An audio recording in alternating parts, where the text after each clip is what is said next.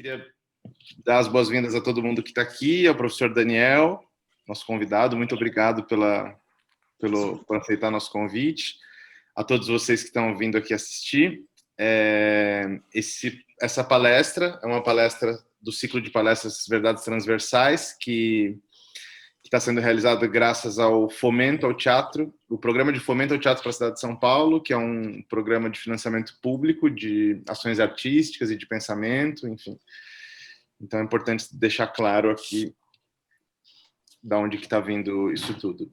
Esse fomento, esse projeto que é do Núcleo Performa, um grupo de teatro de São Paulo que está fazendo 20 anos agora, então essas ações todas que a gente está fazendo fazem parte desse projeto de comemoração desses 20 anos, que envolve a produção de espetáculos, inclusive um deles vai ser dirigido pelo José Roberto Jardim, ilustre convidado que está aqui assistindo a gente. Né, Zé? E, enfim, envolve uma série de outras ações, dentre eles essas palestras que estão versando, flutuando sobre o tema da verdade em diversos aspectos. Hoje a gente tem aqui o convidado, o professor Daniel Omar Pérez, que é professor de filosofia da Unicamp, pesquisador do CNPq, que pesquisa muitas coisas, dentre elas a questão da... Como é que está aqui? Sobre o sujeito, a constituição do sujeito, a partir das relações de identificação, da filosofia do Kant, da psicanálise freudiana e... Nossa, tinha um áudio... eu já cortei. E lacaniana. Então, acho que você poderia repetir, Rodrigo, porque passou um som. Tinha um avião passando aqui, né? Uhum. Uma pesquisa do professor Daniel sobre a composição do sujeito, né, a partir da filosofia kantiana e da psicanálise lacaniana e freudiana. Enfim, ele vai falar isso muito melhor, é só uma pequena introdução, né, para ele não ter que ficar assim, se apresentando. E eu vou passar a palavra agora para ele. Por própria opção do professor Daniel, ele prefere que seja uma conversa, então a gente não vai pegar inscrições de falas. Quem quiser falar, quem quiser perguntar, pode interpelá-lo ao longo da sua fala. Só ligar o seu áudio, o seu vídeo aí e falar com ele. A gente pede para que todo mundo fique, a princípio, com o áudio e com o vídeo desligado, para a gente não ter interferência visual e sonora. Mas daí quem quiser falar, quem tiver uma questão, pode, quando quiser, ligar o áudio e vídeo e falar. Quem for tímido e não quiser falar e quiser mandar a pergunta por texto, também pode mandar aqui no bate-papo, que eu vou estar mediando, vou ler essas perguntas, e daí, quando elas vierem, eu leio elas para o professor Daniel. Então, sejam bem-vindos a todos. Queria agradecer também aqui Matteo Bonfito, fundador do Núcleo Performa, que, enfim, quem inventou essa história toda, e os nossos companheiros de projeto, né, a gente que está organizando isso tudo, que é a Suele Gaspi, atriz também da companhia. O Edinho, nosso produtor, o Ari França, também ator. Enfim, sejam bem-vindos. E agora está aí com você, professor Daniel. Eu estou só um pouquinho que eu estou ouvindo um negócio. Posso começar, então, já? Pode começar, Daniel. Por favor, bom, professor eu Daniel. agradeço muito a oportunidade que vocês me dão de estar conversando com vocês. Agradeço muito o professor Matteo, que muito gentilmente entrou em contato comigo. Agora começou, meu bem, eu tenho que me concentrar um pouco, viu? Gente, eu só peço que vocês desliguem o áudio, todo mundo, porque tá vazando o áudio aí. Quem puder, Gisela, acho que ainda tá com o áudio ligado. Acho que Thalita ainda tá com o áudio ligado. Isabel já coisa. Tá. Edinho, também, se puder mutar as pessoas daí, elas vão desmutando ao longo. Vai lá, Daniel, vamos começar. Aí, então, eu estava falando que agradecia muito a gentileza de Matteo de ter entrado em contato comigo e ter conversado e, bom, proposto esta possibilidade de diálogo com vocês. Eu, antes de começar a gravar, estava falando de que, para mim, o teatro é algo muito caro, porque não porque eu saiba alguma coisa de teatro, nem porque tenha sido ator, nem nada disso. Eu sou um espectador de teatro. Então, me é caro como espectador. E esse ano de pandemia, eu fico bastante confortável em minha casa, por sorte, eu tenho um trabalho que me permite estar em casa, porque eu tenho minha biblioteca, a conexão com a internet e a conexão com as bibliotecas que eu preciso no mundo, e com meus pesquisadores, então eu posso ficar em casa. Mas do que eu sinto falta é mesmo do ambiente de teatro, do lugar de teatro.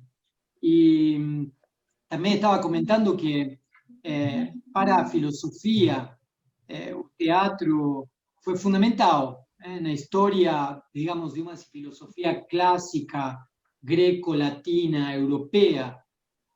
O teatro esteve em momentos fundamentais. Estava comentando para Mateo que seria difícil pensar a filosofia grega sem as tragédias, sem Sófocles. Se Sófocles tivesse morrido na batalha de Salamina contra os persas e não tivesse escrito as tragédias, a história me parece que seria outra para a reflexão tanto de Platão quanto de Aristóteles. Na época moderna, o teatro também volta a ter uma presença muito grande no diálogo. Molière e Shakespeare são referências obrigatórias para muitos filósofos. Immanuel Kant, um alemão, não? Ni inglês, ni francês, um alemão, resgatava isso para pensar a natureza humana, para pensar uma antropologia como uma ciência pragmática. Então seria difícil pensar a reflexão acerca da natureza humana que acontece nos séculos XVI e XVIII sem o teatro, não? E no século XX, bom, também há vários filósofos que têm um trabalho muito estreito com o teatro. Só para citar dois, um é um escritor de teatro, Jean-Paul Sartre. O outro é Jacques Derrida, que também resgata elementos do teatro de Antonin Artaud, para poder pensar boa parte de seus dispositivos conceituais, de seus elementos fundamentais da desconstrução. Então, digamos, o teatro não é uma peça de ilustração em essas reflexões de filosofia. O teatro não vem a ilustrar o que o filósofo já sabe. Não é por isso, é ao contrário. O teatro dá elementos para o filósofo poder pensar e se interrogar acerca da realidade, acerca da verdade e acerca do comportamento humano também, não? Então, me parece que esse diálogo da filosofia com o teatro, que de fato se dá na história, é um diálogo que precisa se manter. E eu sinto falta de que meus contemporâneos não incursionem como eu gostaria no teatro, para poder refletir acerca dos elementos fundamentais da ontologia e metafísica e ética no teatro, na filosofia a partir do teatro. Então, quando a gente fala de verdade, o primeiro que nós podemos pensar, assim, até pelo senso comum, não? Que a verdade está ligada à lógica. A verdade, o que é a verdade? A verdade pode ser pensada como o resultado de uma fórmula lógica. O que é verdadeiro? Verdadeiro é aquilo que um raciocínio lógico me determina como verdadeiro. Parto de premissas verdadeiras e chego a uma conclusão verdadeira. Aí nós poderíamos ter uma teoria da verdade a partir da lógica, né? Mas quando nós vemos a lógica, vemos que não tem a lógica. E aí a coisa começa a se complicar. Tem um livro que eu recomendo, porque conheço a autora pessoalmente, mas porque eu acho que o livro de lógica é mais agradavelmente escrito. E além de que está muito bem escrito, tem um acabamento muito bom. E o seu conteúdo, obviamente, está fora de questão. A autora desse livro é Susan Haack, a professora Susan Haack, e o livro se chama Filosofia das Lógicas.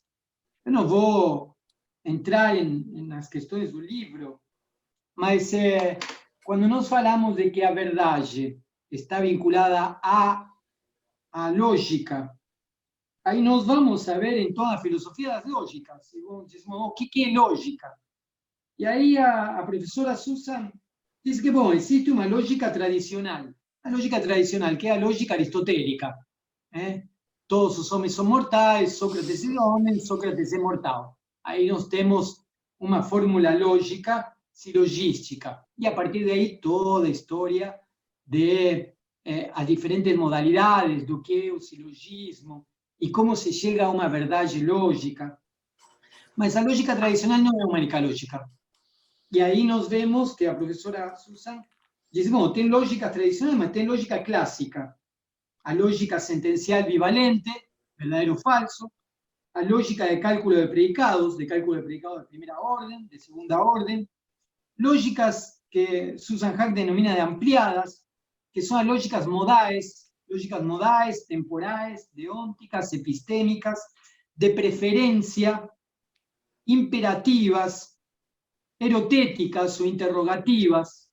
Y aquí, entonces, el leque de las lógicas comienza a abrirse. Y ya el resultado de un cálculo lógico ya depende no apenas da relación sujeto y predicado, o de una formulación de premisas verdaderas que llegan a un resultado verdadero, sino que ya introducen modalidades, por ejemplo, existencia, posibilidad, necesidad, son modalidades. Entonces ahí ya no tenemos una verdad que es posible, una verdad que es efectivamente existente, Wirklichkeit. Los alemanes tienen dos palabras, Realität y Wirklichkeit. Y a veces, no digo siempre, mas a veces Wirklichkeit es la realidad efectiva, digamos así, ¿no? Entonces, a una efectividad. Entonces, teníamos una verdad posible, una verdad necesaria y una verdad efectiva. Y ahí después tenemos las verdades en el tiempo, temporalizadas, ¿no? Bueno, y ahí tenemos verdades que tienen a ver con las lógicas epistémicas, mas no para por ahí ainda. A professora Susan Haack diz que além das lógica tradicional, lógica clássica, lógicas ampliadas, temos também lógicas alternativas, lógica polivalente, temos lógicas trivalentes. Lógica bivalente é verdadeiro ou falso. Algo é verdadeiro ou algo é falso. Lógica trivalente é algo é verdadeiro, algo é falso e o terceiro termo. Pode ser ou pode não ser. E depois lógicas polivalentes, que pueden ser, o valor ya no es de verdadero o falso, sino de 1, 2, 3, 4, 5 gradativas. Tiene a ver después con fórmulas de probabilidad. Es probable que, ¿no? Entonces, tiene un percentual de probabilidad. Entonces, ahí comienza a aparecer otro problema. Além de es verdadero que, nós podemos ter, por exemplo, lógicas onde podemos formular eu acredito que, eu entendo que, eu prefiro que. E aí, então, outra vez, a verdade começa a se problematizar mais. Então, temos lógicas polivalentes, lógicas intuicionistas, lógicas quânticas, que têm a ver com a probabilidade, lógicas livres, né? E, bom, tudo que se estuda aqui no CLE, no Centro de Lógica e Epistemologia da Unicamp, onde nós temos professores que trabalham lógica paraconsistente, que é uma lógica que, na lógica tradicional, se supõe que de duas proposições verdadeiras se deriva a uma conclusão verdadeira. Contra essa obviedade, digamos assim, a partir do princípio de identidade, o professor Newton da Costa, Walter Carnieri, Marcelo Coniglio, propõem que de duas proposições autocontraditórias possa se derivar um conhecimento verdadeiro. Bom, e aí cria uma série de problemas para uma teoria da verdade tradicional, basada numa lógica tradicional. E digo isso porque a lógica tradicional acabou sendo, como Heidegger disse, ontologizada. Quer dizer, se tomaram princípios lógicos e se colocaram como princípios ontológicos. Quer dizer, aquilo que o ser é, aquilo que as coisas são segundo princípios lógicos formulados pela lógica aristotélica. E aí, Martin Heidegger não só vê um reducionismo da tarefa da ontologia, sino uma grande armadilha. Reduzir aquilo que é ao âmbito de uma lógica. Se nós vemos a história das lógicas, vamos ver que essa ontologização da lógica e que nos diz o que é, bom, aí começa a ser questionada. Então, essas lógicas também entram em acordo, entram em articulação com as teorias da verdade. E o que é verdade?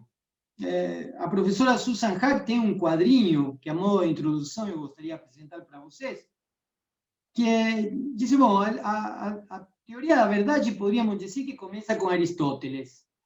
E nessa teoria da verdade, começa com Aristóteles, verdade é dizer do que é.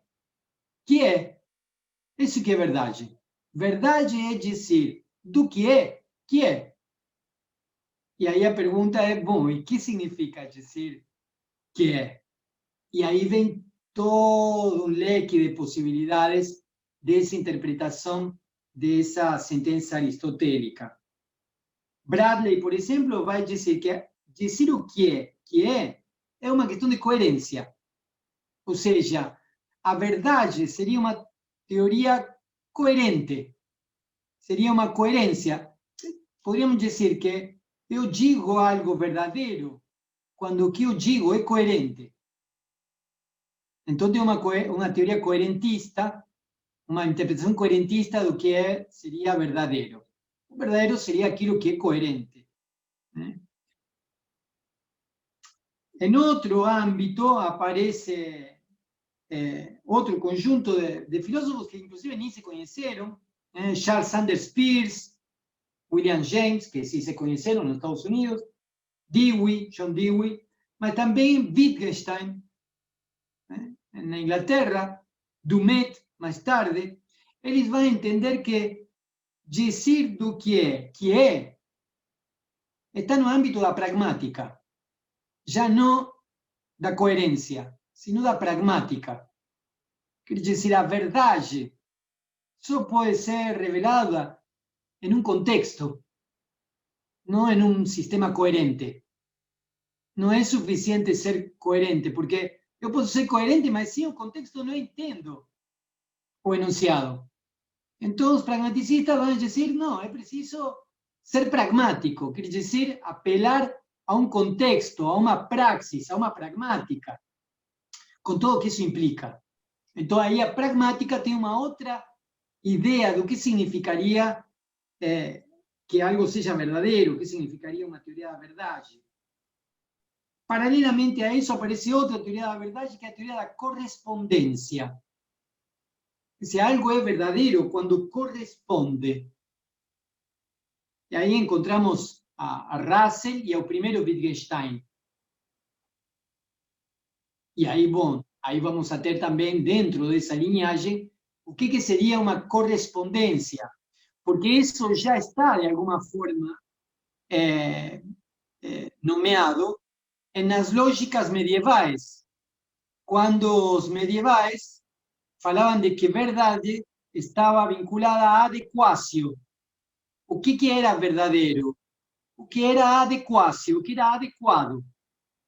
Como assim adequado? Bom, quando eu digo, e aqui entra outra vertente, que é a semanticista, podemos dizer assim, que é a que aparece com Tarski, outro grande metafísico e lógico.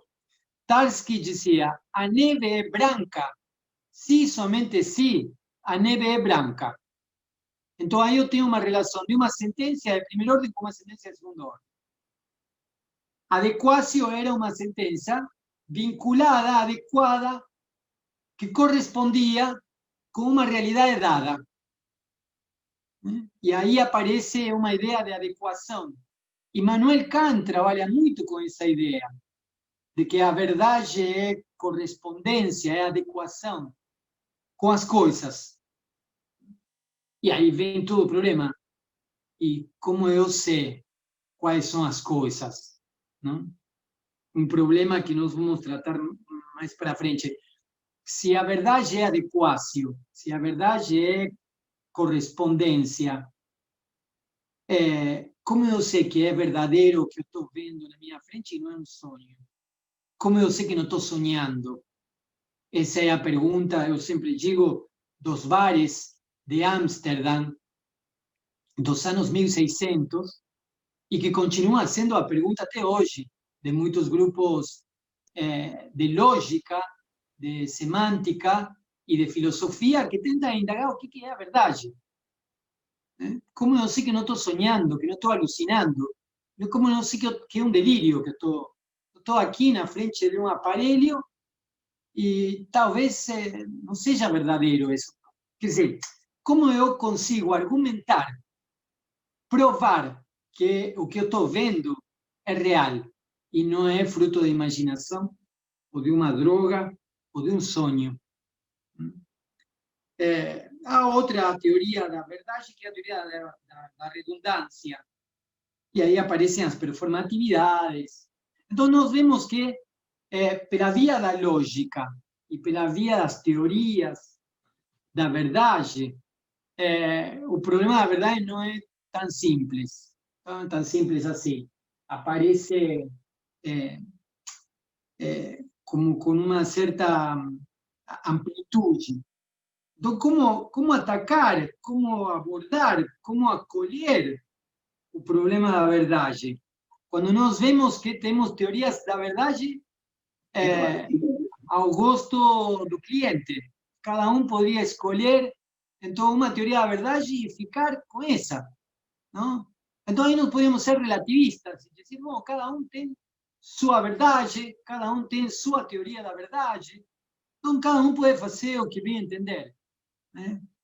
Mas é contraintuitivo isso também, não? Dizer que cada um tem sua verdade. Tudo bem, cada um tem sua verdade, mas nós combinamos de estar aqui às 5 da tarde e mais ou menos todos chegamos às 5 da tarde aqui. Quer dizer, em algum ponto, essas verdades subjetivas se encontraram. Então, como é que podem se encontrar? Em algum ponto, se as verdades são subjetivas, se cada um tem sua verdade, se cada um conhece a realidade de um modo singular, diferente, não? Como é que nós conseguimos chegar a um acordo e está todo mundo às 5 da tarde aqui? Então, quer dizer que, se por um lado existem singularidades, se por um lado existem elementos subjetivos, elementos que são particulares ou singulares em cada caso, e em cada momento, podríamos dizer assim, também, se introduzimos a variável do tempo. Por outro lado, não estamos tão isolados, não somos solipsistas, porque de algum modo nos encontramos às 5 da tarde, pelo menos para conversar sobre o que é a verdade. Né? Então, aí também parece que não nos resolve o problema de dizer que cada um tem sua verdade e que cada um é subjetivo, é como é, e podemos deixar por esse lado. A teoria da verdade aparece reformulada nos tempos da modernidade. Então, como eu dizia antes, quando Descartes se pergunta como eu sei que não estou sonhando nesse momento. né? É um tema que eu abordo com dois colegas, com Francisco Boca e Josiane Bocci, em um livro Antologia Sem Espelhos. Nós trabalhamos durante muito tempo o que era a realidade. Como é que nós podemos saber, né? Retomamos a frase, retomamos a interrogação dos bares de Ámsterdam dos anos 1600. Nos perguntamos como nós sabemos que não estamos delirando. É uma pergunta que se faz Descartes, e Descartes se faz essa pergunta porque é pilar para ele, não é uma pergunta ociosa. Descartes disse: eu quero buscar um fundamento de verdade. Quero saber, quero partir de algo que não me engane. Ele disse: se eu olho para uma torre de longe, posso ver que a torre é redonda. Mas quando vou me aproximando, vejo que não era redonda, que era quadrada. Então, quer dizer, eu não posso fundar uma verdade em meus sentidos, porque os sentidos podem me enganar, dizia Descartes. Não é que ele negava os sentidos.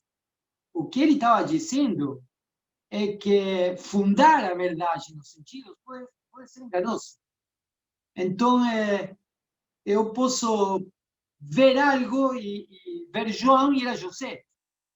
Então, não posso partir disso. Se não posso partir dos sentidos, o que resta? Bom, resta o fato de eu ter pensado que era João e não era José. E posso corrigir o pensamento a partir de uma argumentação. Então, posso, de algum modo, dizer que o pensamento, bem formulado, me conduz a uma verdade. E aí Descartes disse: mas eu posso pensar e estar pensando errado. Quer dizer, o resultado do meu pensamento pode ser errado. Então, não posso partir do resultado do meu pensamento. Então, aí, outra vez, o que resta do resto?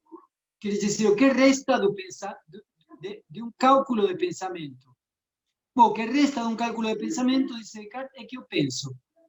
Quer dizer, eu posso até pensar errado, mas eu estou pensando. E quando eu penso que penso, eu não posso não estar pensando. Então, aí ele coloca seu fundamento de verdade nessa sentença que todo mundo conhece: eu penso, eu existo.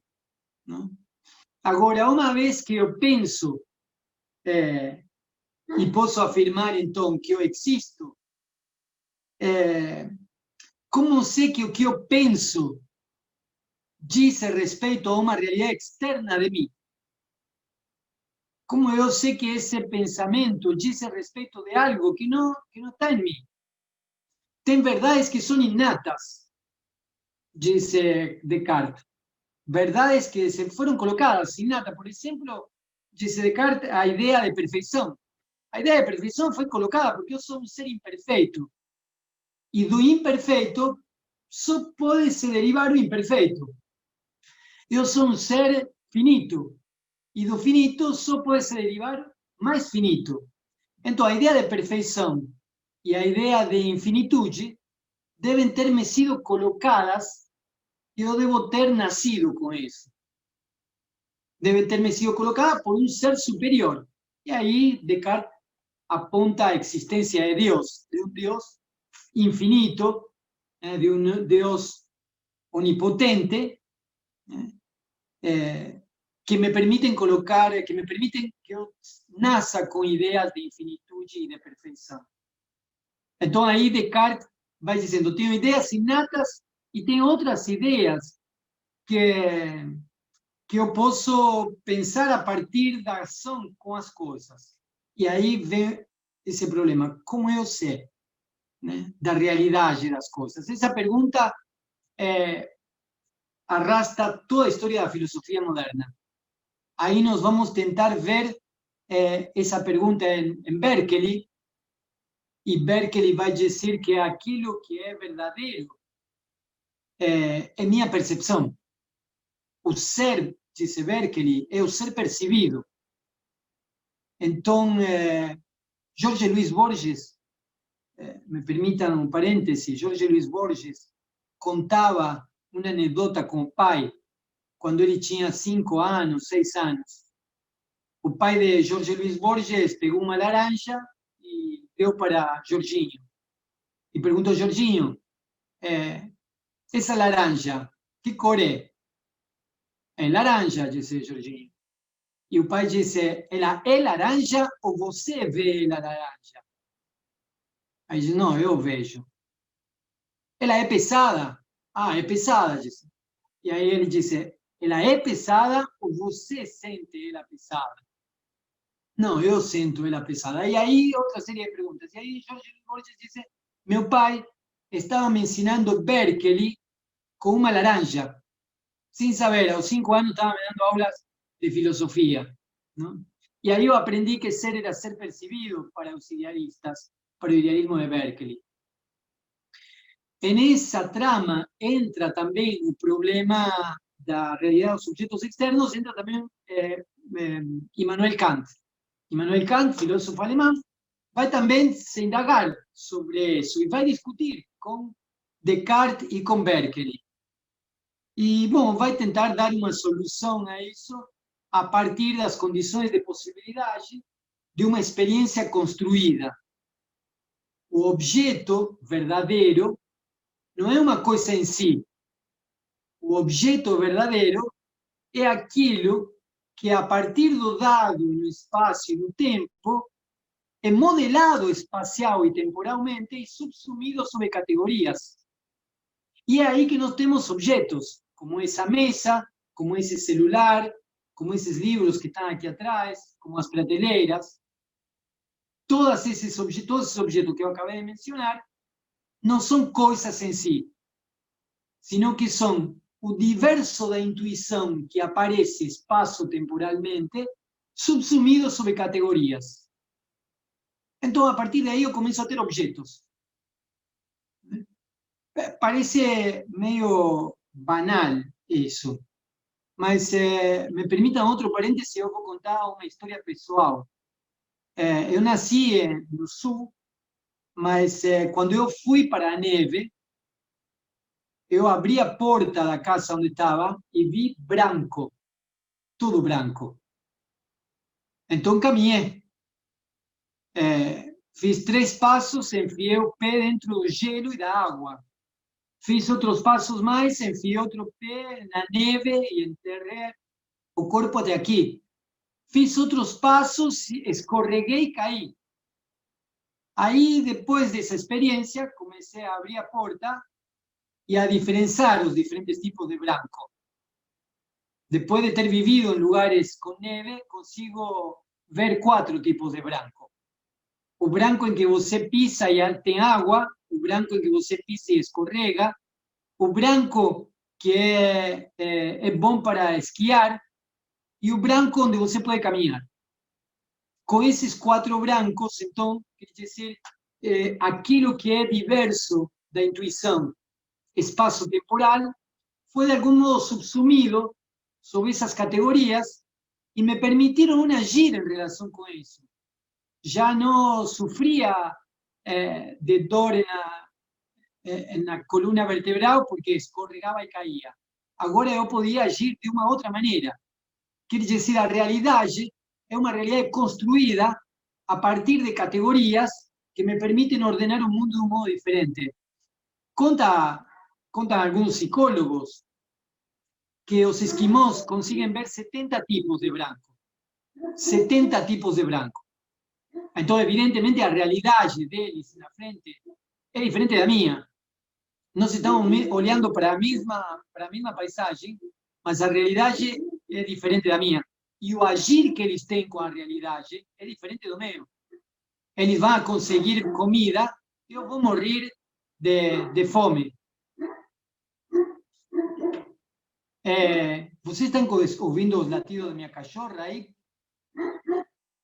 Não sei se... Sim, um pouquinho. Tá vazando um pouco o áudio do mas... Tá tudo bem? Mas tá dando para te ouvir. Mas eu... Mas Pode é um perguntar. dog alemão argentino silencioso. É um dog alemão, Argentino! Então, o que eu estava falando é que a realidade, de algum modo, para Kant, é construída, mas não é construída simplesmente subjetivamente. Não é que eu construí a realidade. Eu tomei elementos categoriais que me precedem, e a partir desses elementos categoriais que me precedem, eu consegui construir essa realidade.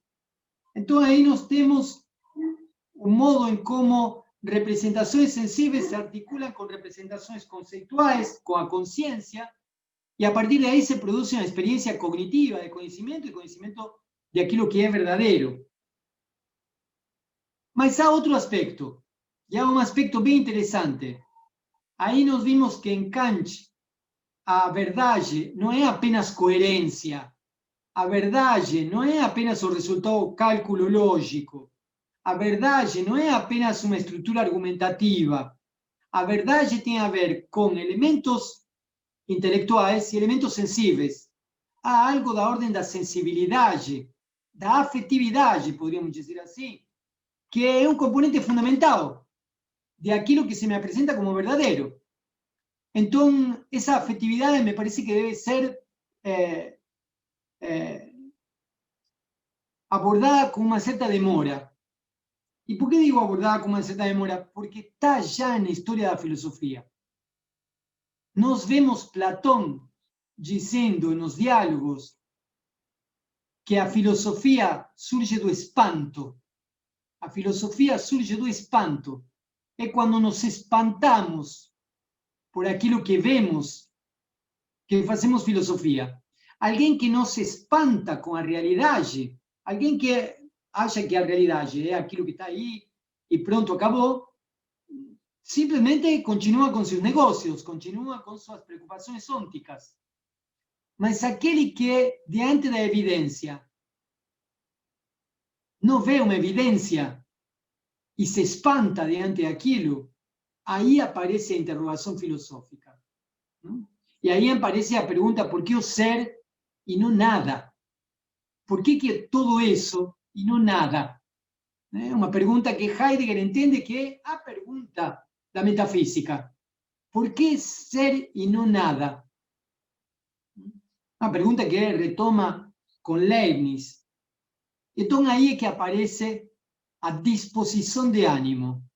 É uma disposição de ânimo que me coloca nessa posição de me perguntar, de me espantar por aquilo que está, pelos entes.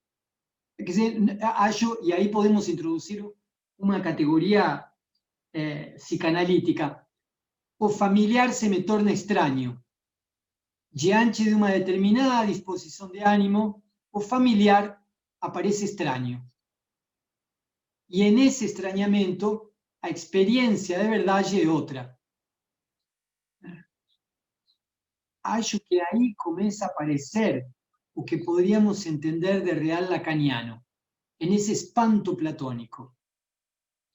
Há um outro elemento também que é importante e que é citado no texto de Magistris, de Agostinho. Agostinho, no texto de Magistris, se pergunta o que é a verdade. E aí, a Deodato diz, oh, a verdade não está na linguagem. A verdade não está na linguagem, a verdade está nas coisas. As coisas é que são verdadeiras. E aí a Deodato interroga se as coisas mesmas são verdadeiras. E não vou explicar todo o trabalho, mas no final Agostinho diz, olha, para dizer a verdade nem sequer está nas coisas, a verdade está no ensinamento do mestre, diz Agostinho no final do texto. O mestre, obviamente, é Jesus Cristo. Ele diz, nós temos que ver os ensinamentos do mestre. É interessante esse elemento, ele não diz, nós temos que ler a Bíblia. Os textos sagrados para ele são algo que precisam ser vistos, mais do que lidos. Agora, ele aponta para um elemento fundamental. Sem a graça, sem a iluminação, é impossível você entender qualquer coisa dos ensinamentos do Senhor.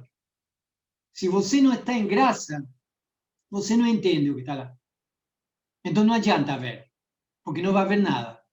É preciso uma luz interior, é preciso uma iluminação, é preciso um estado de graça, é preciso de uma disposição de ânimo. Quando Agostinho disse isso, eu acho que Agostinho se aproxima muito dos místicos cristãos, que vão entrar em êxtase para ter experiências verdadeiras, podemos dizer assim. Eu nunca tive nenhuma experiência de êxtase, a minha religiosidade não chega ao ponto de eu poder ter uma experiência de êxtase, como as que, por exemplo, teve Santo Tomás, ou como as que tiveram os místicos, como Meister Eckhart, ou como Ângelo Silesius, ou como Santa Teresa de Ávila, San Juan de la Cruz, místicos que experienciaram, podríamos dizer assim, o real em um estado de êxtase. E que chegaram a dizer que Deus é o poder sem poder. Deus é a escuridão absoluta. Foram tratados de hereges por dizer coisas dessas, obviamente, não? E de loucos. Santa Teresa foi tratada de louca. Mas estão apontando para uma disposição de ânimo. E me parece que esse é o ponto. Há uma disposição de ânimo que coloca o místico religioso em um encontro com a verdade de um modo diferente. Nós poderíamos deixar a mística judaica e a mística cristã de lado e ver, por exemplo, o candomblé.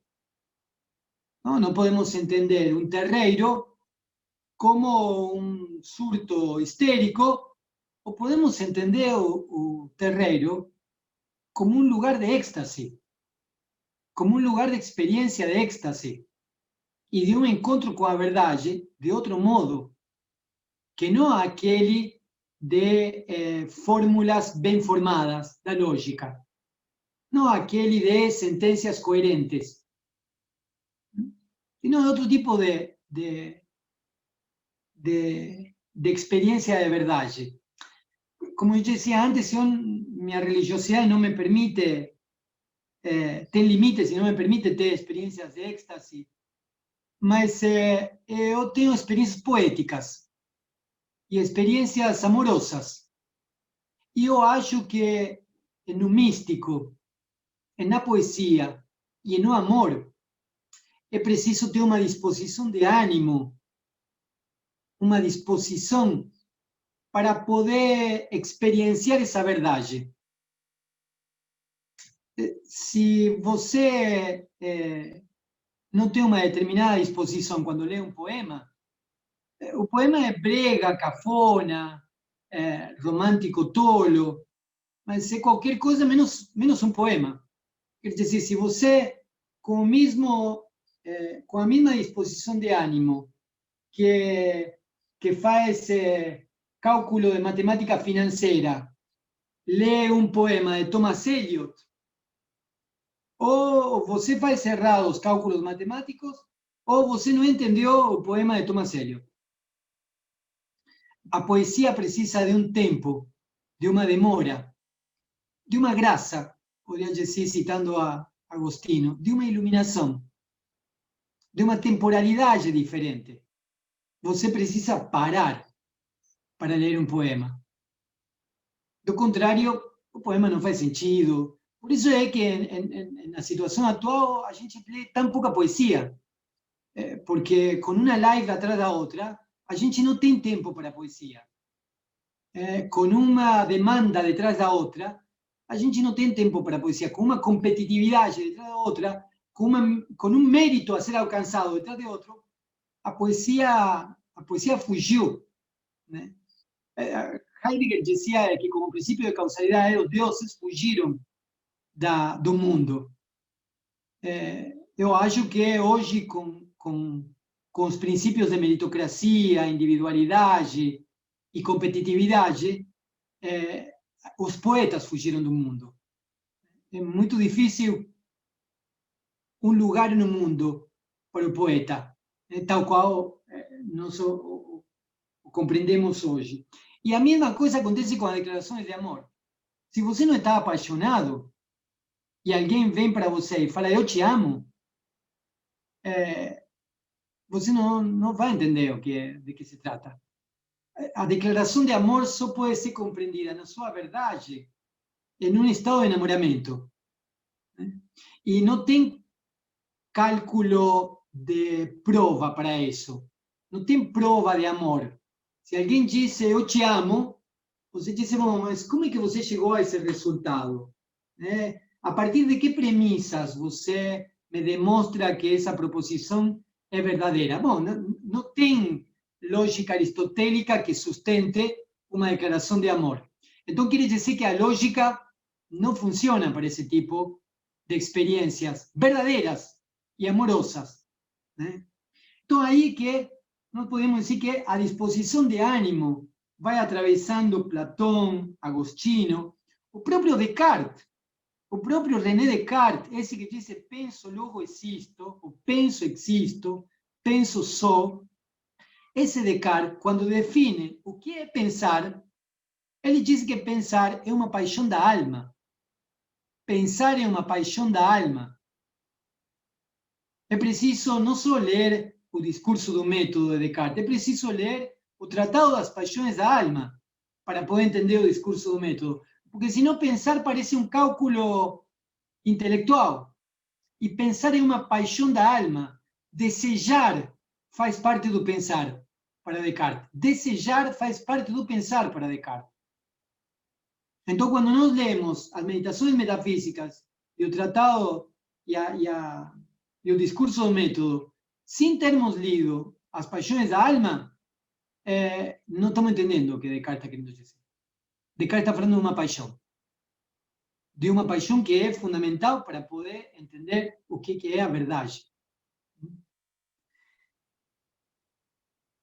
Podemos avançar mais um pouco, e já que eu estava citando Heidegger, podemos pensar como Heidegger retoma essa ideia de disposição de ânimo. E Heidegger retoma a ideia de disposição de ânimo a través da experiência de angústia. Aquilo que nos coloca diante do fundamento daquilo que é, não é um cálculo lógico, é angústia. A angústia faz aparecer o nada. E o nada é a condição doente daquilo que é. Não vamos entrar nas digressões fenomenológicas de Heidegger, mas eu queria apontar para isso. Ou seja, quando Heidegger se pergunta qual é o fundamento daquilo que é, ele deconstrui a ideia de que esse fundamento é um fundamento lógico para mostrar que é ausência. O fundamento daquilo que é ausência, é nada, que é condição de que algo seja. Para que algo seja, nada deve acontecer. Agora, esse nada que acontece, nós experienciamos em um primeiro momento como angústia. Por quê? Porque nós vivimos na cotidianidade. Nós moramos na cotidianidade. E na cotidianidade lidamos com objetos, lidamos com coisas. Nos alienamos às coisas. E encontramos sentido entre as coisas. Em algum momento, o sentido afunda. Em algum momento, as coisas não fazem mais sentido. E aí aparece a experiência da angústia. A experiência da angústia é como um recuo diante das coisas. E a dissolução do sentido. É aí que aparece o nada. E a partir desse nada é que é possível que as coisas sejam, outra vez, e retomem outro sentido. E nós nos inscrevamos dentro desse sentido de um modo diferente. entre Professor, ôntico isso tem a ver com aquela questão do desamparo que você colocou no começo, que você estava falando dos afetos negativos aos quais você tem se debruçado. Eu li transversalmente aquele livro do professor Safatli, que fala do desamparo. Esqueci o nome do título agora. E é um circuito dos conceito, afetos. circuito dos afetos. É um conceito difícil para entender para quem é leigo, né? Para quem não vem da filosofia. E é algo que tem me intrigado. Eu escrevi um artigo com o professor Mateu também sobre a questão do Beckett, enfim, de todo o vazio beckettiano, mas que passa por essa questão do desamparo também, né? Aquelas figuras como figuras do desamparo. Não sei, talvez tenha alguma relação com isso que você está falando, dessa angústia, desse vazio? Tem sim, porque Freud, na mesma época que Heidegger está pensando a angústia e esse nada, Freud está pensando a experiência do desamparo. O que é o desamparo? Freud está com o netinho dele na sala e está com a filha, não? E a filha, a mãe da criança, vai embora e a criança chora. Aí está a experiência do desamparo. Quer dizer, aquela garantia que a criança tinha, que era sua mãe, de que as coisas têm uma regularidade, aquela garantia que era sua mãe, de que mais ou menos as coisas funcionam, foi embora. E ele não tem garantia nenhuma de que ela retorne. Essa é uma experiência de desamparo. Todos nós passamos por uma experiência de desamparo. É constitutiva do sujeito passar por uma experiência de desamparo. O que quer dizer desamparo? Sem garantias. Não temos garantia de nada. Não temos garantia de que nossa mãe, nosso cuidador, nossa cuidadora vai voltar. Não temos garantia de que o mundo continue, de que seja regular. Então, o que hace? Que faz o netinho de Freud? Pega um carretel com um fio, joga embaixo do sofá e faz desaparecer. E depois puxa e faz aparecer. E outra vez, joga, faz desaparecer e aparecer. Aparecer e desaparecer. E aí, a partir de aí, estabelece o que Freud vai chamar do jogo do forte dá. No está, está. Desapareceu, apareceu. A partir de aí é interessante porque a ausência da mãe é o que permite ao sujeito experienciar o desamparo, mas colocar no desamparo um jogo, uma fantasia de regularidade, de que há um jogo de ausência, mas também de presença. A ausência da mãe é o nada que possibilita que algo apareça, um jogo.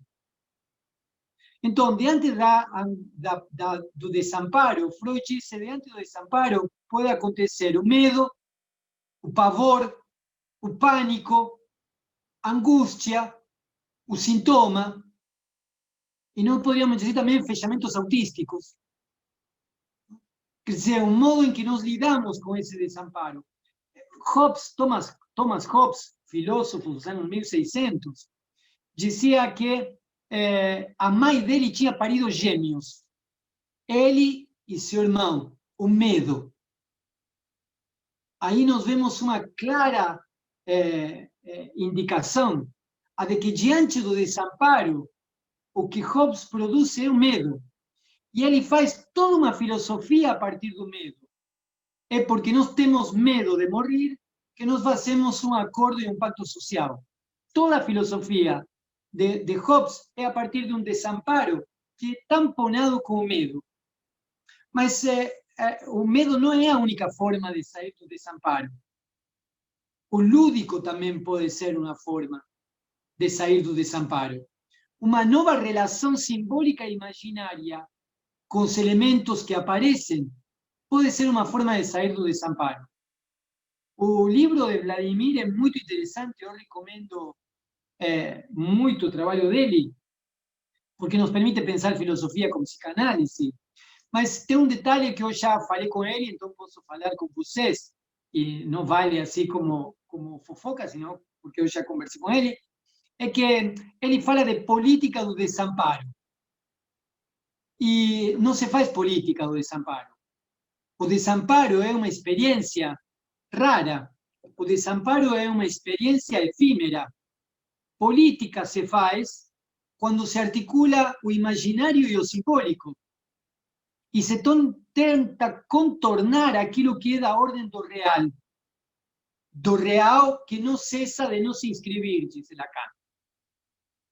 Por isso que o real, enquanto verdadeiro, é inapreensível. Muitos psicanalistas falam do encontro com o real. O encontro com o real, meu filho, é a morte. O encontro com o real não contorna. Porque se o real é resto, é aquilo que não se inscreve, é aquilo que não cessa de não se inscrever. Então, não tem real que se real em tanto realidade, entende? Não tem verdadeiro. O verdadeiro é, bom, vamos tentar ver o que a gente faz com aquilo que não cessa de não se inscrever. Lacan tem uma história bem interessante. Lacan trabalha essa tríade real, simbólico e imaginário desde 1953. E ele elabora essa tríade a partir da leitura de um professor de antropologia daqui da USP, eu gosto de apresentar ele assim, e que estudou aqui no Brasil, que é o professor Lévi-Strauss.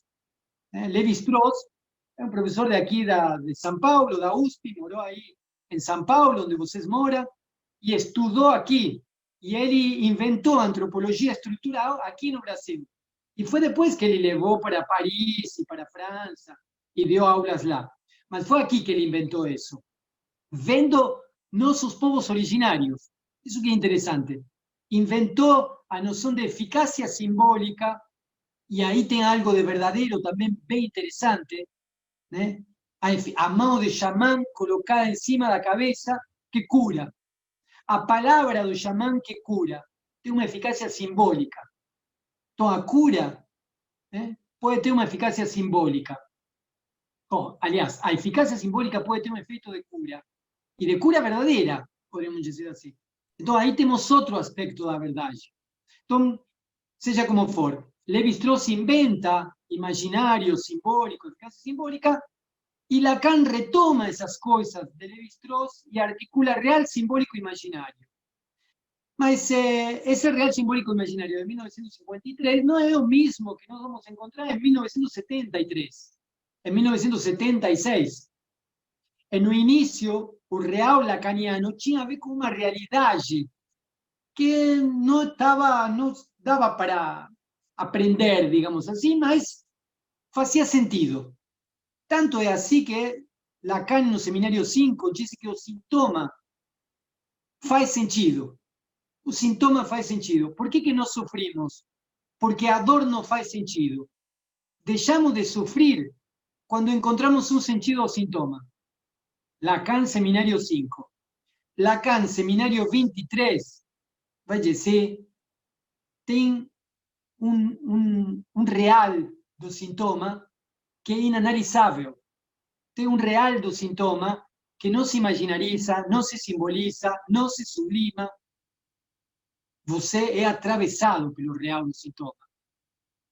E aí a psicanálise não busca um sentido para o sintoma, sino que, no melhor dos casos, nos ajuda a entender que vamos ter que suportar. Né? Esse real aparece geralmente de madrugada, né? Quando todos nossos recursos acabaram, o real aparece e atravessa de uma forma abismal, podríamos dizer assim. Não? Aí eu sempre volto à mesma imagem de Nietzsche. Outro dia citava em uma das minhas aulas. Nietzsche tem um texto para falar da verdade, que se chama Verdade e Mentira em Sentido Extramoral. É um texto muito pequeno, daria para fazer uma pequena peça de teatro, nunca vi sobre isso. Mas é um texto bem interessante que daria para representar, daria para colocar em cena, que é Verdade e Mentira em Sentido Extramoral. Não vou contar toda a história do texto, é pequeno, mas não vou contar. Vou contar no final. E no final, o sujeito se envolve numa capa e atravessa a tempestade. Esse se envolver numa capa e atravessar a tempestade é suportar o real do sintoma. Cuando Lacan dice que es preciso soportar o real do sintoma, me parece que está apelando a esa figura nietzscheana de verdad y mentira en sentido extramoral. Entonces, tenemos elementos imaginarios que nos permiten articular una narrativa de aquello que entendemos que es real, que es realidad. Isso aqui é imaginário. Nossa situação, eu estou fazendo de filósofo, de psicanalista, vocês fazem de atores, de diretores, cada um faz de alguma coisa. Isso é imaginário. Isso é o registro imaginário. Tem um registro simbólico, que é aquilo que estrutura a partir da linguagem, a partir do significante, a partir da posição em uma estrutura. E tem o real, que é aquilo que não cessa de nos inscrever. E que o que nós fazemos é tentar contornar, lidar, transformar. Então, a experiência de desamparo é esta experiência inicial, podemos dizer assim. Mas aí a gente não faz política, nem teatro.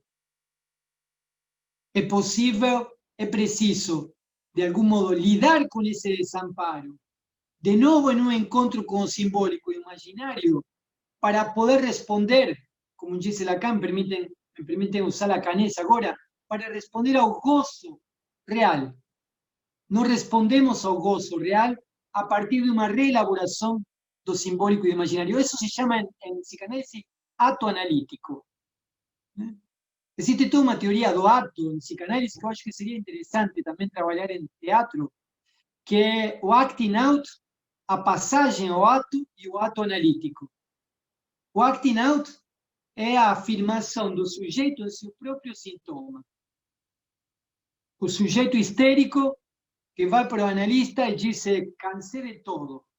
Cansei da pandemia, cansei do trabalho, cansei das lives, cansei de minha família, cansei do meu trabalho. Vou largar tudo e vou morar na praia, em Ubatuba. E vou vender sanduíche natural lá. Acabou. Vou largar tudo e vou para lá. E o analista diz: vai. Aí produz um acting out. Quer dizer, esse é um sintoma histérico na demanda de uma independência, de uma autonomia, com a ilusão de que nós podemos ser independentes e autônomos. E Lacan diz em algum lugar que a autonomia é um valor burguês e que o psicanalista não está aí como fiador no cartório de um valor burguês. Se o psicanálise ensina alguma coisa, é que não tem autonomia, não tem sujeito autônomo, não tem sujeito livre. Você vai estar articulado numa rede de significantes. O único momento, entre aspas, de liberdade é a angústia, a separação absoluta, o desamparo, onde você não está alienado a nada, ou seja, onde tem nada nesse lugar. Bom, essa é a separação. O outro é a alienação. Então, o sujeito em psicanálise se constitui nesse movimento de alienação e de separação. Nos alienamos a um significante, nos separamos desse significante quando colocamos em questão o desejo e entramos em angústia. E depois voltamos a articular. Então, fazemos esse movimento pendular. E é por isso que nós questionamos nosso nome próprio, questionamos nossa pertença a nossa família, questionamos nossa etnia, nossa religiosidade, nossa condição sexual. Questionamos tudo em psicanálise. Em psicanálise, a experiência analítica é justamente a experiência de separação. Separação de todos aqueles elementos que podem estabelecer uma relação de alienação. Agora, é uma separação que me conduz à angústia, que pode me fazer experimentar o desamparo, mas que de algum modo eu vou ter que sair dela estabelecendo outra relação simbólica com o mundo. E aí me lembro de uma frase de Lacan, do Seminário 3, onde ele está falando sobre a psicose. E ele se refere a a San Juan de la Cruz. San Juan de la Cruz, y él se refiere como poeta a San Juan de la Cruz, no como místico. Y él dice, San Juan de la Cruz no es un loco. Un poeta no es un loco. Un poeta es alguien que establece una nueva relación simbólica con el mundo. Yo podría decir que un artista es alguien que establece una nueva relación simbólica con el mundo. Y a partir de ahí responde ao gozo do real de uma outra forma, de uma outra maneira. Então, há desamparo, mas é preciso dar um giro nesse desamparo. Há nada e angústia, mas é preciso dar um giro nesse nada e essa angústia. Há separação, mas é preciso dar um giro nessa separação. En los seminarios 24, 25, 26, cuando Lacan ya estaba loco y no sabía muy bien lo que decía verdades muy boas. Él decía que el psicanalista era un charlatán. Y lo que máximo que hacía el psicanalista era corte y costura. Yo acho que ese es el ápice de la definición de la psicanálisis. Acho que ninguém definió a psicanálisis mejor de cuando él estaba con Alzheimer. Es un charlatán, mas es un charlatán que entende que o bla, bla, bla, a charlatanería, es aquilo que coloca en palabras, aquilo que da orden do imaginário e do simbólico e tenta dar conta com o real. A charlatanería, no en el sentido peyorativo, me permite me constituir en una red de significantes, me permite un saber facer con un sintoma, me permite también atravesar aquilo que da orden do sintoma, que é o osso do espírito, diria Hegel. Que é o osso do espírito, que é o real do sintoma. Me permite atravessar com essa charlataneria. E ele diz, e o psicanalista faz só, o único que faz é corte e costura. Quer dizer, corta a alienação significante e provoca outra costura da relação significante. E aí, então, estabelece essa nova relação simbólica. Por isso, que muchas veces a saída de análisis, o fin de análisis, se entiende como una saída de artista. A saída de análisis es femenina y artística. Femenina porque, bom, porque do que se trata ahí es de lidar con la falta. Y no apenas con la falta que yo habito, sino también con la falta do grande otro. ¿No? O neurótico sabe la falta propia. O que ele não sabe que o grande outro também tem falta, também está castrado. Então o neurótico diz, eu não posso, mas tem um que pode. E como ele pode, eu não posso. E a culpa de que eu não possa é porque ele pode. Então, a partir de aí, eu consigo atribuir a um grande outro não castrado o gozo. E a partir de aí, eu consigo me justificar de por que eu lido mal com o meu desejo. Porque outro goza.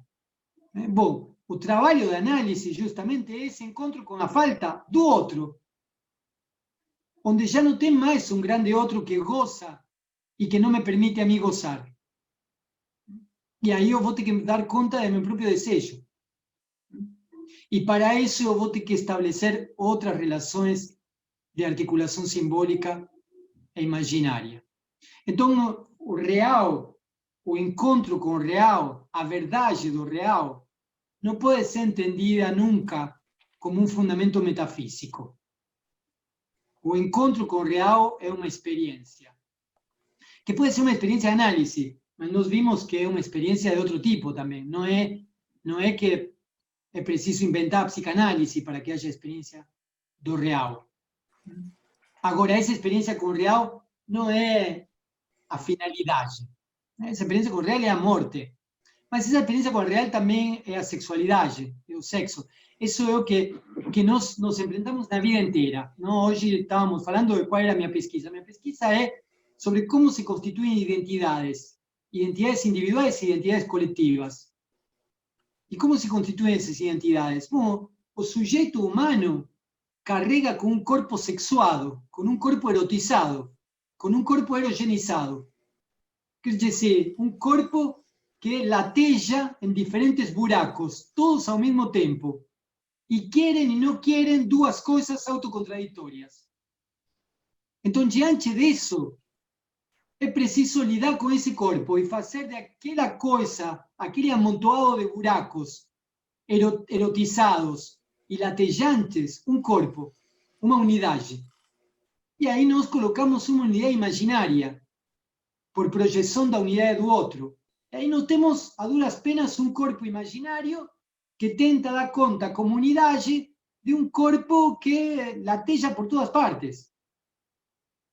E aí, então, também entra a castração, quer dizer, entra a linguagem, marcando esse corpo com as marcas da linguagem. Quer dizer, cortando, dando limite, escoando, dando vazão de algumas pulsões para um lado e proibindo a vazão para outros lados. Então, aí temos um corpo real que lateja, um corpo imaginário que tenta lidar com uma unidade e um corpo simbólico que de algum modo se inscreve numa cultura, se inscreve numa linguagem, se inscreve num conjunto de hábitos. Então temos pelo menos 3 corpos: real, simbólico e imaginário, e todos em atrito. E é assim que a gente vive. Então, o que nós fazemos? Bom, no início nós fazemos cocô e xixi nas calças, quer dizer, no corpo, até que conseguimos reprimir, regular o esfínter. O cuidador, a cuidadora, a mamãe, papai, a tia, alguém vai reprimir, vai cortar, vai castrar e vai dizer: não, não é aí que você vai fazer cocô, é lá que você vai fazer cocô. Não é aí que você vai fazer xixi, é lá que você vai fazer xixi. Então, esses sistemas de repressão vão repressando as saídas pulsionais. O cocô, a pulsão anal, a pulsão genital, a pulsão oral, não é de qualquer forma, a boca não é para colocar em qualquer lugar. Vai aparecer a mamá, a titia, o avô, dizendo: não meta isso na boca, não é para meter na boca, isso é para deixar aqui. A boca é para outra coisa. Então, aí você vai inscrevendo esse corpo na linguagem. Quer dizer, um corpo real que vai ser inscrito na linguagem. A partir de aí, então, você tem a criança de 5 anos, que começa a ter uma saída de escolha-objeto. E aí você vai ver a criança se tocando a outra criança. E aí vai ver outra vez a repressão social, dizendo: não toca, não tira, não fica olhando vídeo pornô no YouTube, você pode ter seu celular, mas tenha cuidado com o que você vê, tenha cuidado com o que você toca. Quer dizer, são mecanismos de repressão que vão fazendo com que o escoamento pulsional vai para um lado ou para outro. Ele vai encontrando a verdade, poderíamos dizer assim, de seu corpo, nesses cortocircuitos. E na passagem da infância para a puberdade e adolescência, aí esse sujeito, com um corpo infantil, passa a começar a ter um corpo sexuado. Até por uma questão hormonal, de crescimento de pelo, de exuberâncias no corpo. Então, essa criança que passa para... É uma criança que está em uma economia de corpos familiares, passa a uma economia de corpos sociais, com um corpo sexuado. E aonde que encontra os parâmetros? Bom, os parâmetros os encontra em grupos identitários, em grupos de identificação. E aí o jovem puber, o adolescente, vai virar gótico, hippie, roqueiro, esportista, estudante de teatro, qualquer coisa. Quer dizer, vai buscar lugares de identificação nos quais encontrar parâmetros, encontrar critérios para lidar com o singular do corpo. Quer dizer, aí é que nós vemos como o singular, e não estou falando de subjetivo, estou falando de singular mesmo, a singularidade, o acontecimento de que é você e não outro que tem que lidar com esse corpo sexuado. Mas é você e não outro que tem que lidar com esse corpo sexuado inscrito em grupos de identificação que me dão alguns parâmetros, alguns critérios. E aí eu consigo encontrar: eu sou hétero, eu sou bi, eu sou trans, eu sou... Quer dizer, eu vou buscando para ver se algum desses conjuntos de significantes que articulam conjuntos de identificação dão conta em algo da minha singularidade. Então, aí nós vemos que a verdade aparece desse encontro entre o real singular do corpo sexuado e o imaginário e o simbólico dos grupos de identificação. E por algum momento, por algum tempo funcionam, e depois passam a não funcionar. É por isso que nós podemos ter um grupo de teatro durante um tempo, e depois o grupo de se dissolver, porque se encontrou em uma relação de identificação e se desencontrou em outro momento. Por isso temos grupos políticos que em um determinado momento se encontram e em outro momento se desencontram. E a partir de aí começamos a construir histórias. Quer dizer, nós podemos nos identificar individual e coletivamente na medida em que nós, de algum modo, projetemos uma identificação de história que puxe elementos significantes de outro tempo para este. E a partir de aí nós podemos dizer que nós temos algumas verdades a dizer de nossa própria tradição, de nossa própria individualidade, de nosso próprio grupo.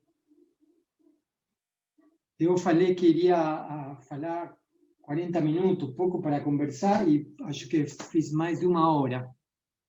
Mas é melhor parar por aqui, me parece, não? Então, eu queria aproveitar, para agradecer, acho que foi uma fala nossa que abriu muitas questões. Eu não sei se a gente ainda tiver tempo de assim, fazer algumas perguntas a partir do que você colocou, Daniel, pode ser? Fica à vontade. Não, então, uma das questões assim, que tem a ver também com o nosso projeto, né, que está refletindo sobre essas noções de verdade, mas também vinculadas a essa noção de representação. Então, hoje no teatro contemporâneo se fala muito sobre essa questão de você ir além da representação, ou de você buscar condições expressivas, de você capturar algo que escapa do representável, etc., etc., né? O quanto isso tem a ver com a dimensão do real que você estava colocando, né, dessa relação entre real, simbólico e imaginário, ou como você vê essa questão, assim, essa busca pelo irrepresentável, né, ou pelo não representável, assim, e o quanto isso é instaurador de experiências, né? Você poderia falar um pouquinho sobre isso, assim, como é que você vê essa questão? Talvez E eu vou falar... né? Como a arte pode ser ativadora disso, né? Talvez eu vou falar uma tremenda bobagem, mas talvez fale mais como espectador. Me parece que o teatro lida fundamentalmente com o irrepresentável. Justamente porque em cada posta em cena aí há algo da ordem do real. Justamente, em todo caso, a gente teria que pensar essa pergunta que você fez, Mateus, a partir do conceito de repetição.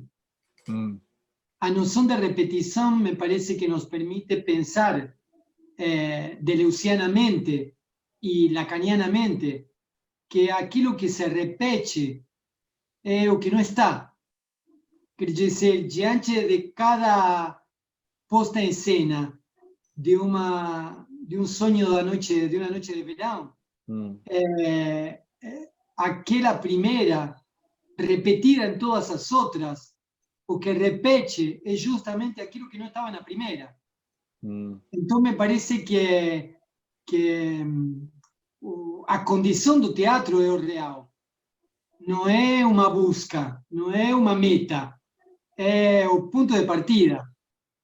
E nesse sentido, me parece que talvez o que pode ser explorado é justamente essa repetição do que não está, repetição do que antes estava ausente, e o que me permite dizer ainda que eu continuo colocando em cartaz Sonho de uma Noite de Verão, né? E me parece que não é preciso fazer uma obra de Shakespeare colocando moto, sonda dentro do palco fazendo uma experiência. Não, me parece que o real aparece justamente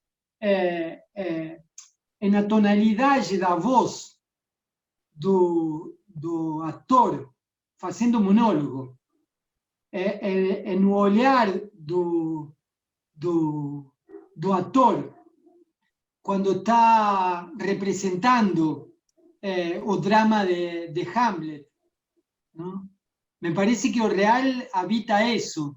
O real não é um projeto a ser feito, é a condição, me parece, do ator de teatro. Não sei se transmitiria isso do ator de teatro ou, no máximo, do músico de uma orquestra que vai voltar a colocar, a fazer uma interpretação de uma fuga de Bach, ou da Quinta Sinfonia, ou do Hino da Alegria. Me parece que aí é que nós vemos, e isso que é interessante, não? Mas o real não é aquilo que escapa o simbólico e o imaginário? Justamente, escapa. Por isso é que é o acontecimento. Não é o que o ator se propõe. É aquilo que acontece. É na sua tonalidade, esse olhar. Não é que, me parece que não é que o ator diz, agora vou fazer um olhar real. Não, ele é real, né? E em algum momento isso se diferencia do modo em que ele fez isso, sem querer, na semana anterior. Me parece que isso é o que possibilita, uma interpretação de uma peça repetida milhares de vezes. Me parece que o que cativa do teatro é justamente isso. Pelo menos eu como Bateu, parece um professor. Como? Oi, Ari, você falou? Não. Não, eu como espectador digo, o que me atrai como espectador é justamente ver a impossibilidade da repetição em uma obra de teatro. Então me parece que o real no teatro é condição, não é meta, não é projeto. E em todo caso, o que poderia ser feito é explorar essa condição. Mas, ao mesmo tempo, pensando nessa relação que você fez, né, na tua fala, da trajetória das noções de verdade para chegar na questão do real, você acha que a gente poderia ver essa dimensão do real a partir de Lacan também como uma espécie de manifestação de um tipo de verdade?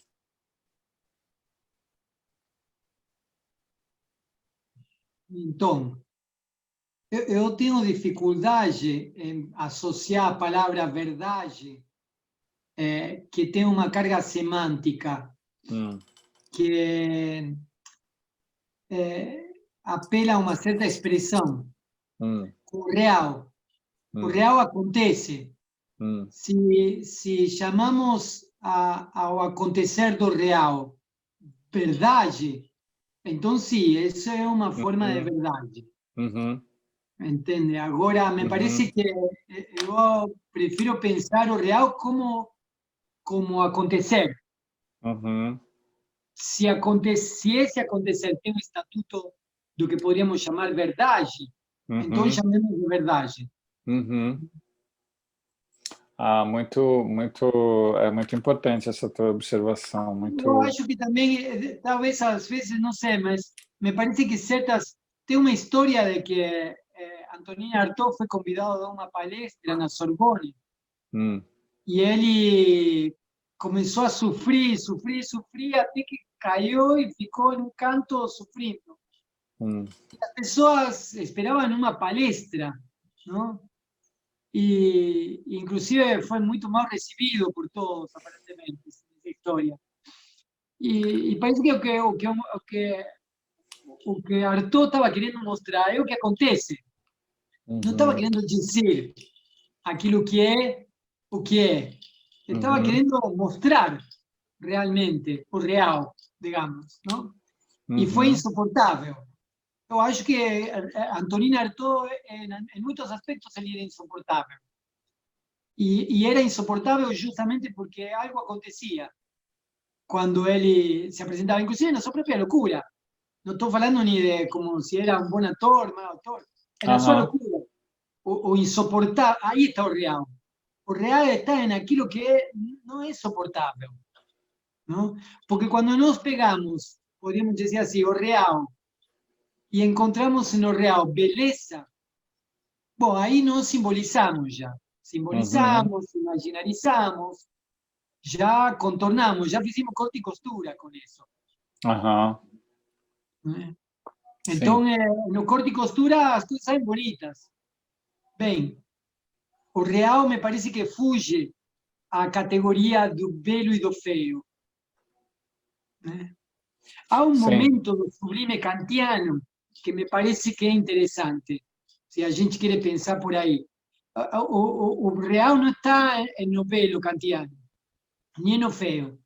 O real está no momento do sublime, onde diante do absolutamente grande e absolutamente poderoso, fico sem chão. Aí está o real. O real está onde diante do absolutamente grande e absolutamente poderoso, não tenho elementos.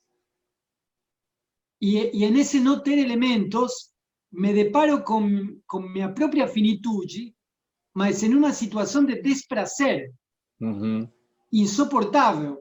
Eu estou repetindo Kant, nem estou falando... Kant era lacaniano nesse ponto. Acho que Kant leu Lacan, leu o Seminário 23 de Lacan, nesse ponto. Aí está, nesse momento do sublime kantiano, está esse sin chão, está esse desprazer, está essa coisa insuportável. E depois, bom, aí surge a ideia da razão, eu articulo a imaginação com a ideia da razão e julgo aquilo como sublime. Bom, aí já fez o outro passo. Aí já fiz o outro passo, lacanianamente. Articulei simbólica e imaginariamente. Então, nesse caso, já seria a estetização do real, né?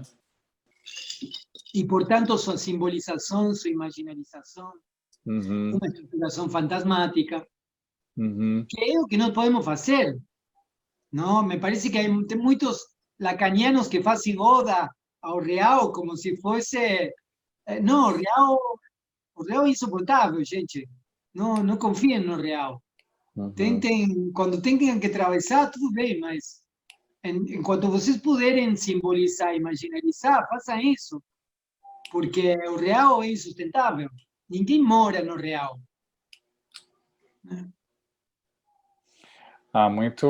Nossa, muito inspirador, né? Esse teu raciocínio, enfim, a trajetória dessas questões que você levantou.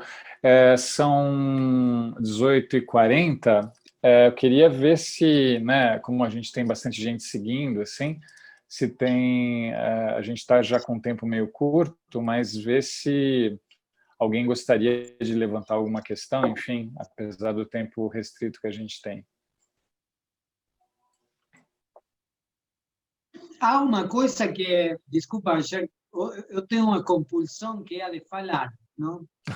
Então, há uma coisa que é interessante de Lacan, que no Seminário 7, Lacan vai ler Antígona, não? E Lacan lê Antígona dizendo que a ética da psicanálise é a ética do desejo.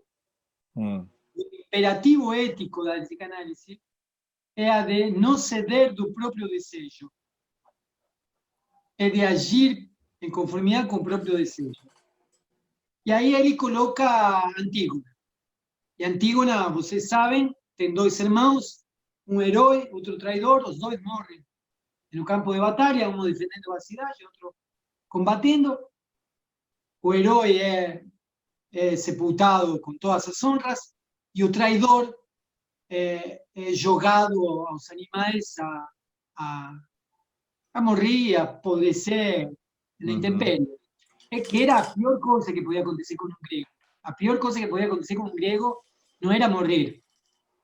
A pior coisa que podia acontecer com um grego era deixar o corpo apodrecendo e sendo comido pelos vermes e pelos animais, porque desse modo a alma dessa pessoa iria vagar no mundo dos vivos eternamente e não poderia nunca ir para o mundo dos mortos. É por isso também que há um rito muito interessante. A vida do grego tem que ser o suficientemente boa para que um outro grego, quando você morre, ele gaste 2 moedas de ouro, coloque em seus olhos, queime seu corpo, e as 2 moedas são as moedas para pagar o barqueiro para cruzar o Hades. Quer dizer, você tem que ter uma vida que de tal forma de que alguém gaste 2 moedas depois de você morto. É uma questão ética muito importante. Você pode ser um desastre, mas com alguém você tem que ter pactado alguma coisa, ser bom com esse cara, porque se ele depois de morto não fizer isso, você vai vagar eternamente no mundo dos vivos. Isso, por exemplo, está quando Aquiles mata a Heitor e depois ele disse: vou te amarrar aqui, depois que eu te mate, vou te amarrar aqui e vou te levar e ninguém vai te sepultar. E aí Príamo, o pai de Heitor, vai lá e diz: pelo amor de Deus, me deixa levar meu filho para sepultar. E o Aquiles disse: velho louco, eu poderia matar você. Você matou meu filho. O que mais você pode fazer comigo? Você matou meu filho, o que mais pode fazer comigo? Aí há algo do real, me parece. Aí há algo de encontro com o real. E Aquiles, diante disso, ele disse: tá bom, então você vai levar seu filho, vai sepultar e nós vamos parar a guerra pelos dias que teu povo decide que é o velório e essas coisas. E permite fazer isso porque senão vaga no mundo dos vivos. Então o irmão de Antígona vai vagar no mundo dos vivos. E Antígona sepulta o irmão morto, mesmo sabendo que Creonte vai matar ela. Porque Creonte disse: quem sepultar o traidor vai junto com o traidor. E a Antígona dá um passo à frente e faz isso. E aí está toda uma questão. Será que isso é um encontro com o real? Será que isso é uma ética de não ceder do desejo? Ou será que isso não é uma passagem ao ato? Eu antes falei de acting out, que era a afirmação no sintoma, mas me faltou falar de ato analítico e passagem ao ato. Passagem ao ato é o pulo para o real, o pulo para a morte. Quer dizer, ver o real e pular para dentro. Bom, essa é uma passagem ao ato. Um surto psicótico pode conduzir uma passagem ao ato. O quebre de certas estruturas de um neurótico pode fazer uma passagem ao ato, que desencadena uma cena de violência, por exemplo. Quando não tem mais sustentação, há uma passagem ao ato. Então, esses são atos, nessa teoria dos atos lacaniana, são atos que a gente tem que saber manejar. E está o ato analítico. O ato analítico, Lacan em um momento diz que o ato analítico é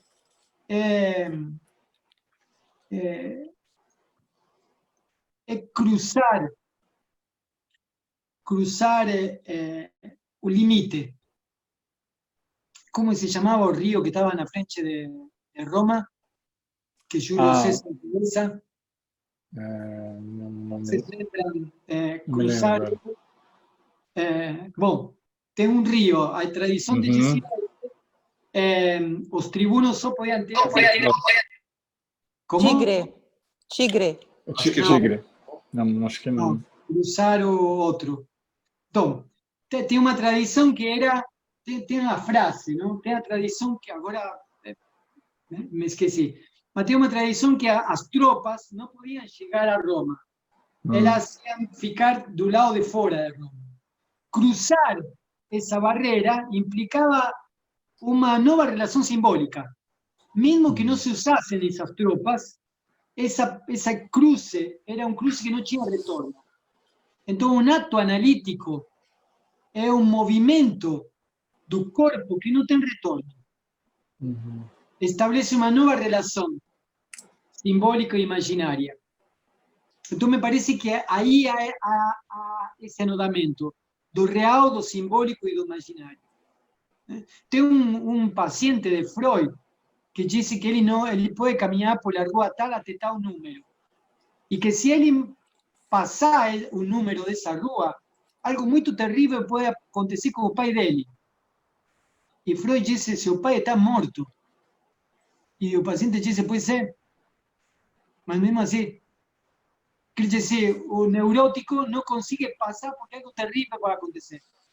Então, a cura do neurótico é justamente poder fazer essa passagem, que não é simplesmente caminhar. É uma passagem que se articula entre essa mobilidade do corpo e uma articulação significante. Me parece que esses são os movimentos simbólico, imaginário e real que produzem essa repetição do que não estava na posta em cena anterior.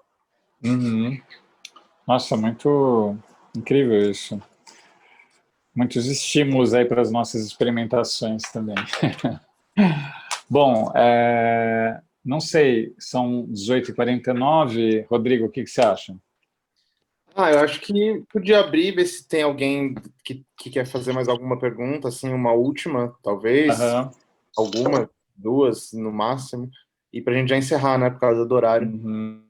Cruzar o Rubicon, exatamente. A frase é cruzar, atravessar o Rubicon. Perfeitamente. É isso mesmo. Atravessar o Rubicão. Obrigado. Obrigado, Ari. Alguém mais gostaria de fazer alguma pergunta? Senão acho que a gente pode pensar em encerrar.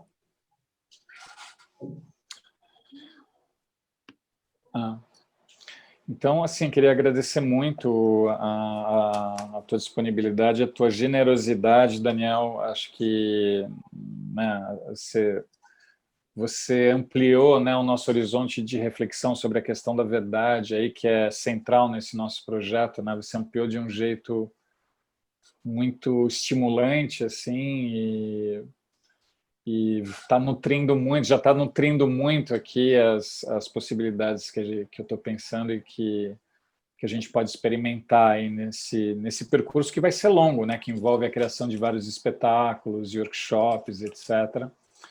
Então, eu espero que a nossa interlocução não pare por aqui, né? Espero que para mim é um prazer. Sim. Que essa tenha sido só a primeira. Aliás, recomendar também os livros, né, do Daniel. Ele tem vários livros publicados. E assim, se preparar para os próximos encontros. Quem sabe você possa acompanhar aí alguns dos processos criativos que a gente vai ter. Um deles, né, como o Rodrigo falou, dirigido pelo Zé Jardim, que está aqui. Então, muito obrigado, Daniel. Eu queria agradecer também a presença de todos, todas, todes.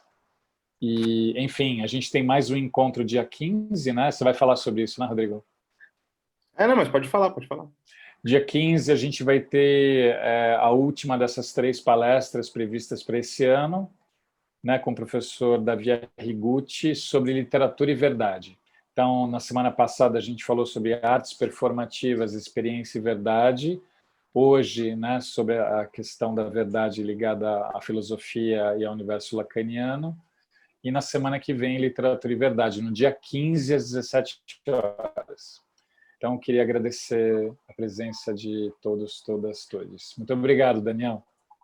Eu que agradeço, muito obrigado, fico à disposição de vocês. E, bom, espero que a gente possa depois conversar sobre questões mais específicas da questão da verdade do inconsciente, por exemplo, que muitas vezes se trabalha no teatro e essas coisas. Uhum. Eu acho que Sim, com certeza. Com dá certeza. Assim, esse é só o primeiro de muitos encontros. tá bom. Muito obrigado, muito gentileza. Gente, muito Obrigado. obrigado, então, professor Daniel, muito obrigado a todo mundo. Lembrando que esse encontro ele é realizado graças ao Fomento, né, o Programa de Fomento ao Teatro para a Cidade de São Paulo, que é um programa da Secretaria de Cultura da cidade de São Paulo, do município de São Paulo. É importante deixar isso bem claro para todo mundo. Agradeço vocês, reforço o convite para a semana que vem, dia 15, às 17 horas, com o professor Davi Arrigucci Júnior. E é isso. Até mais, gente. Obrigado, gente. Obrigado. Obrigado, Daniel. Obrigado a todo mundo.